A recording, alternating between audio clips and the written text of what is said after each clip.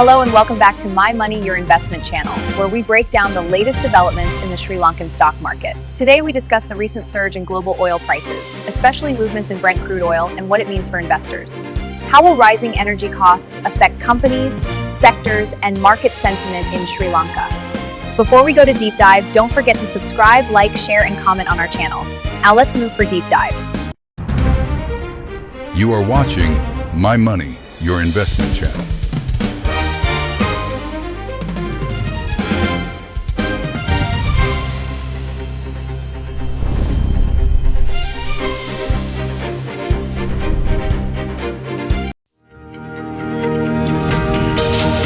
Imagine this. A single missile is fired in the Strait of Hormuz. Right. Thousands of miles away. Exactly. And less than 24 hours later, a massive cement factory in Sri Lanka realizes it basically can't afford to turn on its kilns. Yeah, and a major bank over there just starts preparing for this huge wave of loan defaults. It's wild. Today, we're tracing that exact invisible wire that connects a barrel of crude oil to a collapsing stock portfolio. Welcome to another deep dive. Glad to be here for this one. So right now, we're seeing these escalating geopolitical tensions send global crude oil prices surging above $100 a barrel. I mean, we're looking at a sudden 20 to 25% jump. Which is massive. It really is. And to understand how a global commodity shock like this actually dismantles an economy, we aren't looking at the US or Europe. We're using the investment analysis we've got to look at a real-time laboratory, Sri Lanka and the Colombo Stock Exchange, or the CSE. Yeah, because it's the ultimate leading indicator, really. Like, when you want to understand the raw mechanics of global trade, you look at highly sensitive emerging markets. Because they don't have the same safety nets. Exactly. They lack the massive financial buffers of larger nations. So macroeconomic theories that might take years to play out in the US, they play out there in weeks. Wow. And you see it in the sources. The reaction on the CSE was instantaneous. We're talking a visceral 3.28% drop in the all-share price index in a single trading session. Wait, over 3% wiped out in just hours? Yeah, just hours. Okay, so let's trace this journey. A barrel of crude oil gets 25% more expensive on a ship in the Middle East. How does that immediately trigger a financial crisis at the border of an import-heavy economy like Sri Lanka? Well, it comes down to the mechanics of currency. You know, an international trade, Sri Lanka doesn't pump petroleum out of the ground. They have to buy almost all of it from abroad. Right. And the global oil market does not accept Sri Lankan rupees. It trades almost exclusively in US dollars. Ah, I see where this is going. Yeah. So when crude spikes to $100 a barrel, Sri Lanka suddenly needs significantly more US dollars every single month just to bring in the exact same volume of fuel they imported the month before. I always think of it like the Strait of Hormuz is basically the world's economic windpipe. Well, that's a good way to put it. Yeah, and if that windpipe gets restricted, an import-reliant economy is the first to feel lightheaded. But how does paying more for fuel instantly translate to a currency problem? I imagine the central bank can't just print more US dollars, right? They absolutely cannot. So they have to go into the foreign exchange market to buy those dollars. Do they just flood the market with their own currency then? They do, and that is where the whole architecture of the economy starts to fracture. It's a double whammy. How so? Well, importers are scrambling, selling massive amounts of Sri Lankan rupees to get their hands on whatever US dollars are available. In any market, when you massively increase the supply of something being sold, the rupee, and drastically increase the demand for what's being bought. The dollar. Right. The local currency depreciates rapidly. It literally just loses its value. Which inflates the national import bill overnight. Exactly. Everything becomes more expensive, not just the oil. Man. I want to look closer at the IMF aspect here, actually. Because Sri Lanka has been in this really fragile recovery from a severe economic crisis back in 2022. Right, anchored by an International Monetary Fund bailout. Exactly. So why does a spike in oil threaten an entirely separate financial rescue program? Because an IMF program is, well, it's essentially a strict financial diet with very specific mandatory milestones. Like what kind of milestones? Usually centered around building up foreign currency reserves and keeping a positive trade balance. The IMF basically says, look, we will lend you money provided you keep your dollar reserves above a certain threshold. Oh, I see. But if the government and the private sector are suddenly bleeding those precious dollar reserves just to keep the lights on. And the trucks running, they risk missing those IMF targets. And if they miss the targets, the next tranche of bailout funding gets delayed. Exactly. And a delayed IMF disbursement can trigger a sovereign credit rating downgrade, which makes borrowing money internationally even more expensive. It's just this vicious, self-reinforcing loop. So you're paying a higher sticker price for oil, using a currency that's actively losing purchasing power, while simultaneously jeopardizing your credit lifeline. Yeah, it's a nightmare scenario for a central bank. Okay, so that macro squeeze at the border makes sense. But that massive currency bleed doesn't just stay on government balance sheets, right? It forces factory floors to make some brutal math decisions. Oh, absolutely. It trickles down instantly. Let's look at the Colombo Stock Exchange specifically, starting with manufacturing. The sources mention sectors like textiles, chemicals, food manufacturing, and cement taking an immediate hit. Cement is a huge one. Right, because cement requires continuous, intense heat. You have to fire these massive kilns to thousands of degrees. Yeah, and the energy intensity of industrial manufacturing in an emerging market I think it's often underappreciated. What do you mean? Well, in advanced economies, a factory might have, long-term fixed price contracts for nuclear or wind energy. But in a market like Sri Lanka, a massive portion of the industrial grid relies directly on imported coal and thermal oil. Plus, don't a lot of factories run their own diesel generators because the grid is unstable? Exactly. Fuel is this foundational, invisible cost that is just baked into every single bag of cement and every single garment. So the cost of firing those kilns just skyrockets. But couldn't the cement manufacturer or the textile factory just raise their prices to protect their profit margins? They try, but this is where the brutal reality of global competition steps in. Right. If a Sri Lankan apparel manufacturer suddenly faces a 20% increase in production costs because electricity and diesel spiked, they have to pass that cost on to their buyers in Europe or the US. And the buyer in Europe doesn't care about Sri Lanka's energy crisis. Not at all. If the Sri Lankan shirts are suddenly 20% more expensive, the buyer simply shifts their order to a factory in Vietnam or Bangladesh or Mexico. Wow, so they just completely lose their export competitiveness. Yes. The manufacturers are trapped. They either absorb the massive energy costs and watch their profit margins compress to zero, or they raise prices and lose their international contracts. Either way, their valuation on the CSE just plummets. Right. That explains the industrial side perfectly. But I want to talk about the consumer data, because the drop in retail and supermarket stocks is kind of fascinating to me. It's very telling, yeah. We're talking about consumer staples. Wait, if everyone still have to buy food and go to work, why are supermarkets taking such a hit? People still need basic necessities regardless of what oil's doing. True. But think about it as the ruthless mathematics of a household budget. Okay. There's only a finite amount of income coming into a family's bank account every month. When the cost to commute to work doubles and the monthly electricity bill jumps by 40% because the national grid relies on oil. That money has to come from somewhere else. Exactly. It gets instantly cannibalized. Like revenue elasticity. You might cancel your streaming service, but you're never going to stop paying for water. So they just trade down at the grocery store. That is the exact mechanism. It's called demand destruction. Demand destruction. Yeah, they don't stop going to the supermarket, but the composition of their shopping cart fundamentally changes. They swap premium branded goods for lower margin generic brands. They cut out imported items entirely. And stop buying discretionary snacks, I bet. Right. And here's the kicker. Supermarkets make the bulk of their actual profit on those high-margin discretionary items, not on basic subsidized rice or lentils. So when the consumer ruthlessly cuts the fat from their budget, the overall profitability of the supermarket shrinks dramatically. Dramatically. And we have historical precedents for this in the sources. Sri Lanka saw this exact same shift in consumer behavior during the 2008 commodity supercycle. And again, during the 2022 local crisis, right? Exactly. In both periods, the pattern was identical. Inflation surged, purchasing power evaporated, and corporate earnings across the consumer goods sector just cratered. So the stock market volatility we're seeing now is really just investors recognizing a pattern they've lived through before. Oh, 100%. They know exactly how this plays out for retail margins. Okay, so consumers are stretched thin, and manufacturers are watching their margins vanish. This entirely reshuffles the deck for investors on the CSE. Obviously, there are sectors that take a direct hit like transportation, aviation, logistics. Sure, because an airline is basically a giant machine that converts fuel into movement. Their profit compression is brutal. Right. But I want to bypass the obvious losers and talk about the hidden blast radius, the banking sector. This is where the true systemic risk lies. Yeah. I mean, major financial institutions like Commercial Bank, H&B, and Sampat Bank are taking significant hits on the exchange.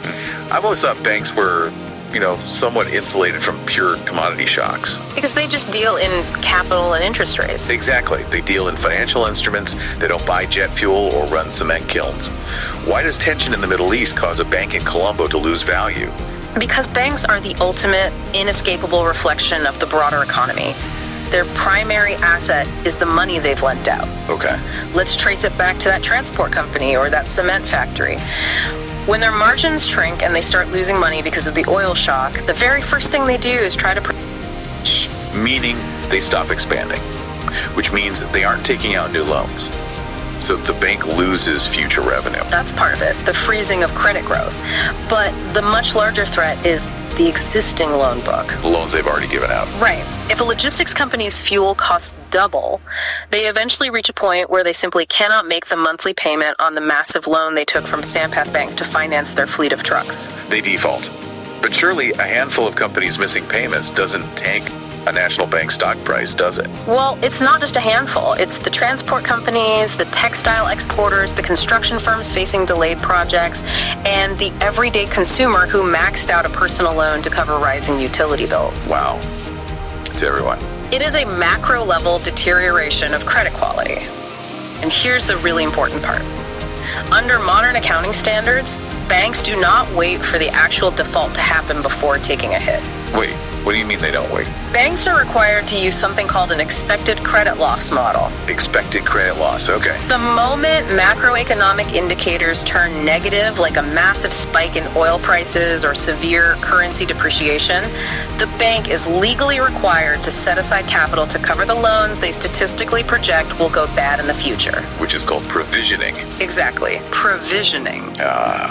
So even before the truck driver officially misses a payment, the bank has to recognize the mathematical probability of that default and lock away capital. Precisely, and that provisioning acts as an immediate massive deduction from their quarterly profits. Their earnings per share just collapse. And investors see this mechanism kicking in and instantly sell off bank stocks. You got it. The bank takes the secondary blast wave of the oil shock without ever touching a barrel of crude. That is incredibly illuminating. The entire economy is built on leverage, and commodity shocks basically attack the capacity to service that leverage. That's exactly what happens. But in any reshuffling of the deck, there are always entities that capture the upside, right? Who actually benefits in this environment? It seems counterintuitive, but domestic energy companies, specifically fuel distributors like Sri Lanka IOC, often emerge as massive winners during an oil spike. How does that work? If the raw material they sell is suddenly vastly more expensive to procure, shouldn't their margins be squeezed just like the cement factory? Well, it basically comes down to this structural mechanism that we call inventory lag. Inventory lag. Yeah. Imagine you buy a massive warehouse full of goods at last year's low prices. Suddenly, the global market price for those goods skyrockets. So Lanka IOC has millions of barrels of fuel sitting in storage tanks that they purchased, say, 3 months ago when oil was sitting at $75 a barrel. Yes. And when global crude hits $100, the local government or the pricing formula usually adjusts the price at the pump upwards to reflect the new global reality. Oh, wow. So Lanka IOC is suddenly selling fuel to consumers at a price calibrated for $100 oil.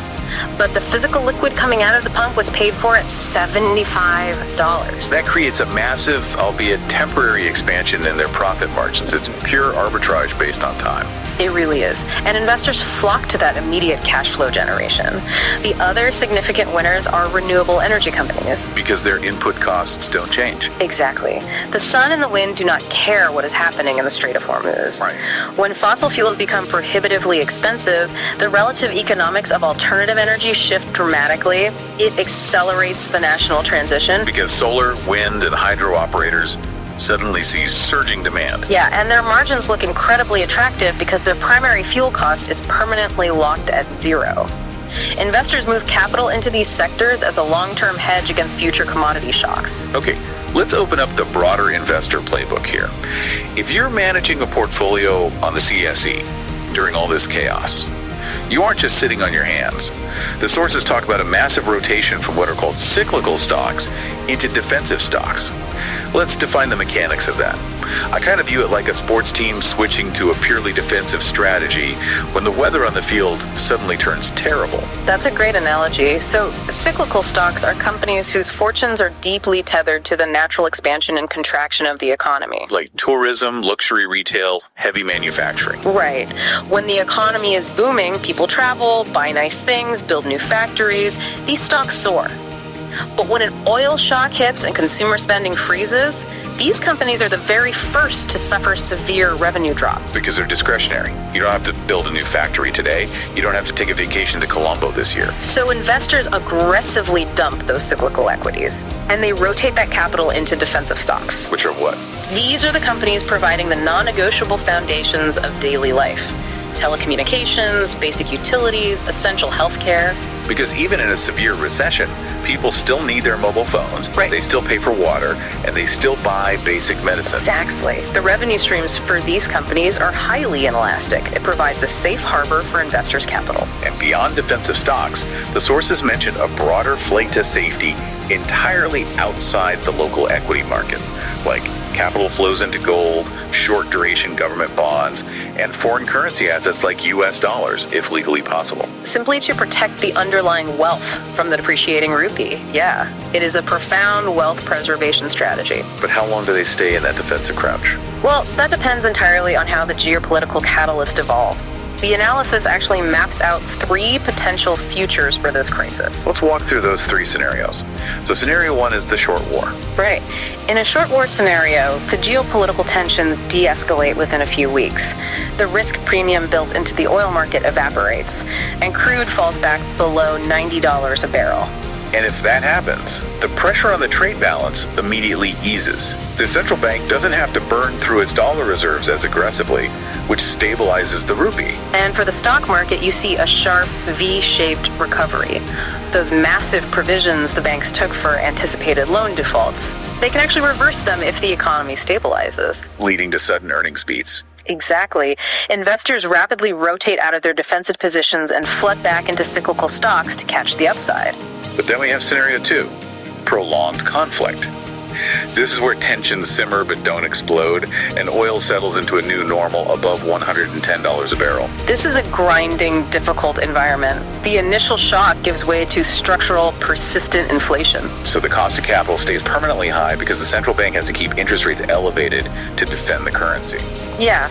In this scenario, corporate margin compression is no longer a temporary blip. It becomes the standard operating environment quarter after quarter. So companies can't afford to borrow, they can't afford to expand.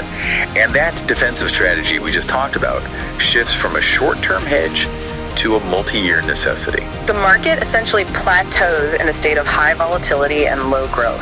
Oof. But the true systemic threat lies in scenario 3, the supply crisis. This is the worst-case scenario. The Strait of Hormuz is effectively closed or severely restricted, cutting off a massive percentage of global supply. And oil shoots above $130 a barrel. At $130, we move far beyond localized margin compression. A supply crisis of that magnitude triggers profound global recession risks. Wow. Major economies contract, meaning they stop buying garments and agricultural exports from emerging markets. Oh man. So Sri Lanka gets hit from both sides. Their import bill doubles because of the oil price, and their export revenue collapses because the global north is in a recession. It creates catastrophic macro instability. The currency depreciation would be severe and incredibly difficult to arrest. It would likely require a complete, painful renegotiation of the IMF recovery program. Because the original targets would just be mathematically impossible to hit. Right. And for the Colombo Stock Exchange, this means major, sustained downward corrections across virtually every sector, save for perhaps domestic renewables. Synthesizing all of this, there really is a fundamental law of economic gravity at play here for any import-reliant nation. I mean, the ultimate takeaway from the sources is a surprisingly simple rule. What's that? When oil rises sharply, transport, tourism, and manufacturing suffer immediate margin collapse, while energy distributors and utilities capture the diverted capital. It is one of the most reliable macroeconomic formulas you can observe. Energy costs dictate the velocity of money. So let's trace the journey back one last time. We started with a geopolitical spark thousands of miles away in the Middle East. That event restricted supply, forcing the global price of a barrel of crude oil upwards. That higher price tag demanded an immediate influx of US dollars, which sucked the purchasing power out of the Sri Lankan rupee. Yep. That resulting inflation forced consumers to ruthlessly cut discretionary spending at the supermarket. Simultaneously, the double whammy of expensive fuel and weak currency made it too costly to run the kilns at a cement factory. And then that factory halted expansion and defaulted on its commercial loans, which triggered mandatory accounting provisions, expected credit loss, that caused the stock price of a major bank to drop on the Colombo Stock Exchange. It's a breathtaking, inescapable chain reaction. It proves that no economy, no matter how remote, exists in isolation. Everything is tethered to the global supply chain, and energy is the master link holding that chain together. And this is exactly why this matters to this right now. Even if you don't own a single share on the CSE, even if you have never set foot in an emerging market. Right, because the principles are universal. Exactly. Watching how this specific laboratory reacts to oil prices offers a crystal clear, accelerated view of the exact same macroeconomic forces at play in your own country. The underlying math doesn't change, only the scale and the speed differ. The vulnerabilities we unpack today exist everywhere. They're just buried under thicker layers of financial abstraction in larger economies. Which brings us to a final thought for you to mull over. We've spent this time dissecting how a spike in a single commodity can systematically dismantle an economy's equilibrium reaching all the way into bank accounting software and the literal brands of cereal people buy. Yeah. Look at your own portfolio, your own business, or your own local economy. If a key geopolitical choke point suddenly closed tomorrow, what is your hidden imported vulnerability that you haven't accounted for? That is a vital question to consider in a deeply leveraged world. Something to keep you up at night, or at least keep you paying attention to the horizon. Thanks for joining us on this deep dive. We'll catch you next time.